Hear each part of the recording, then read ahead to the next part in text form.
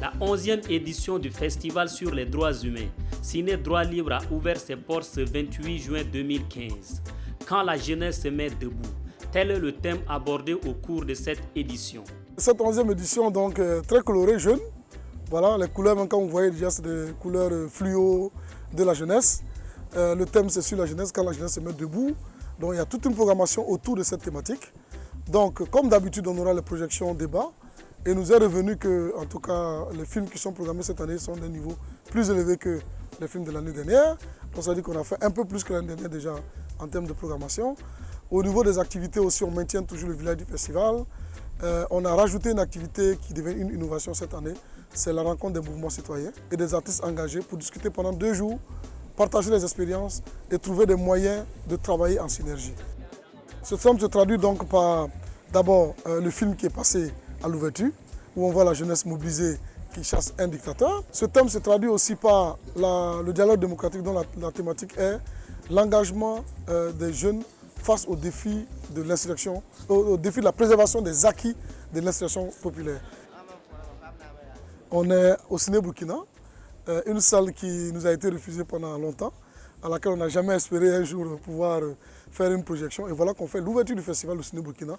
Je pense que l'expression « le plus rien ne sera comme avant » est une réalité ce soir, parce que Ciné Droit Libre ouvre au Ciné Burkina. La projection du film Une révolution africaine, les 10 jours qui ont fait chuter Blaise Compaoré, a marqué l'ouverture du festival au Ciné Burkina. À l'issue de la projection, des festivaliers livrent leurs impressions.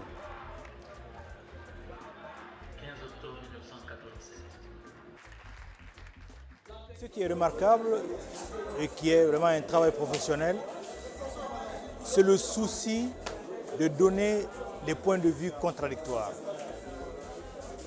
Aussi bien des acteurs du refus du référendum, mais aussi des députés de la majorité, des ministres de la majorité et des membres du bureau politique de la majorité. J'ai trouvé cela vraiment très bien fait et la structure du film est très forte. Vraiment, il y a eu un excellent montage, un travail de documentation excellent et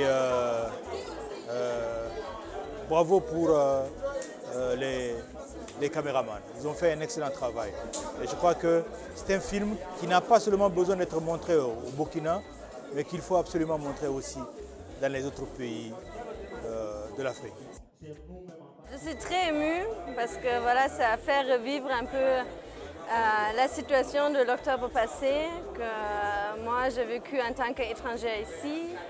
Et ça encourage parce qu'il y a cette jeunesse, cette population qui s'est levée vraiment très nombreux et qui a montré fondamentalement ce qu'on peut faire si on est nombreux. Donc je crois que c'est un symbole très très fort et en plus avec la réussite. Et c'est un symbole très très fort pour le monde entier parce qu'il y a pas mal des gens qui s'élèvent, des populations qui veulent changer quelque chose, si c'est ici en Afrique mais aussi en Europe. C'est des événements, ce film qui retrace voilà, une page importante de l'histoire du Burkina, des événements que j'ai vécus, les 30 et 31 octobre 2014, et que en tant que cinéaste, dont j'ai une idée maintenant aussi du résumé de cette histoire mémorable que nous avons vécue l'année dernière et qui se poursuit en partie, parce que l'histoire ne s'arrête pas. Plusieurs activités sont au programme de ce festival qui se poursuit jusqu'au 4 juillet prochain. Droit Libre TV, la web télé 100% droits humains, 100% liberté d'expression.